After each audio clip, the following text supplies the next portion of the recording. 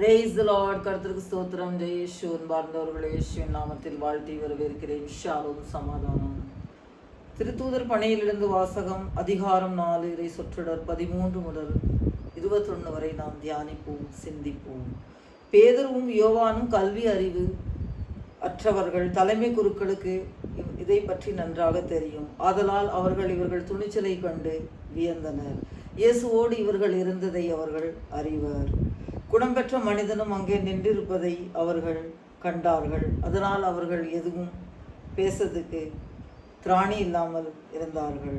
பிறகு பேதுரு யோவான் இருவரையும் சங்கத்தை விட்டு வெளியேற ஆணையிட்டு சொன்னார்கள். தலைமை சங்கத்தார்கள் நலம் பெற்றவதை முன்னிட்டு மக்கள் கடவுளை போற்றி புகழ்ந்தனர். அதன் பிறகு அவர்கள் கலந்து பேசினார்கள். நாம் இவர்களை என்ன செய்ய முடியும்?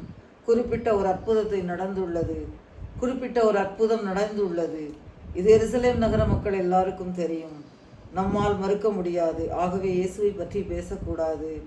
அவருடைய அற்புதத்தை பற்றி, இந்த விஷயத்தை பற்றி வெளியே சொல்லக்கூடாது என்று அவர்களை பயமுறுத்தினார். அதன் பிறகு இயேசுவை பற்றி பேசக்கூடாது என்றும் அவர்களை எச்சரித்தார்கள். அதற்கு அவர்கள், உங்களுக்கு செவி சாய்ப்பதா, கடவுளுக்கு செவி கொடுப்பதா? நீங்களே கடவுளுக்கு உகந்தது எது என முடிவெடுங்கள் என்று சொன்னார்கள். கண்டதை கேட்டதை நாங்கள் சொல்லத்தான் செய்வோம் என்றனர். மக்களுக்கு பயம். அவர்களை தண்டிக்க காரணம் இல்லாததால் அவர்களை பயமுறுத்தினர். பின்பு விடுதலை செய்தனர்.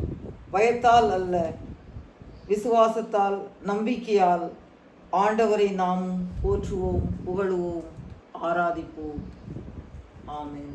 லைக், ஷேர், சப்ஸ்கிரைப் பண்ணுங்க.